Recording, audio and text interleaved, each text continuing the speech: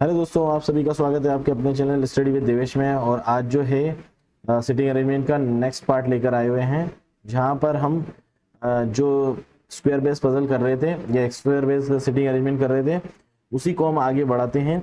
यहाँ पर देखते हैं वापस से हम लोग कि 8% कुछ दे रखे हैं, P Q R S T U V and W such are sitting on the square table, ठीक है, such that they all facing away from the centre. तो इस तरीके की पजल को हम ट्राई करेंगे वापस से, ताकि और प्रैक्टिस कर सकें। अब आप लोगों का टास्क ये है कि इस पजल का सबसे पहले आप स्क्रीनशॉट लें, खुद ट्राई करें, फिर सॉल्यूशन की ओर आगे बढ़ें, ठीक है। तो आइए इसको सॉल्व करते हैं हम लोग।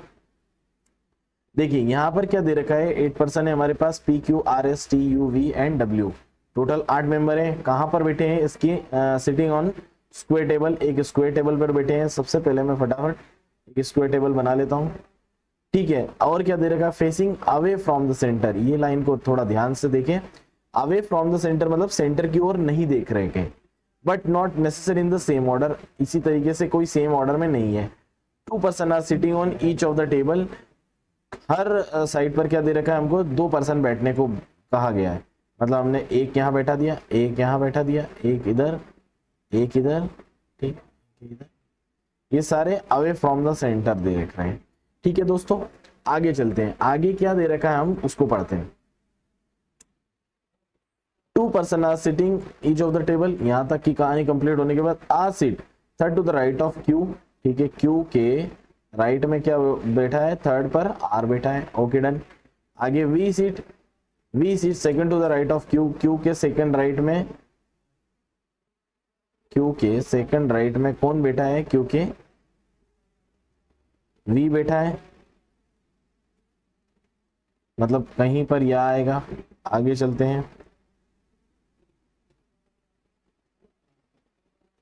S exactly opposite to V, V के अपोजिट में कौन बैठा है, एस।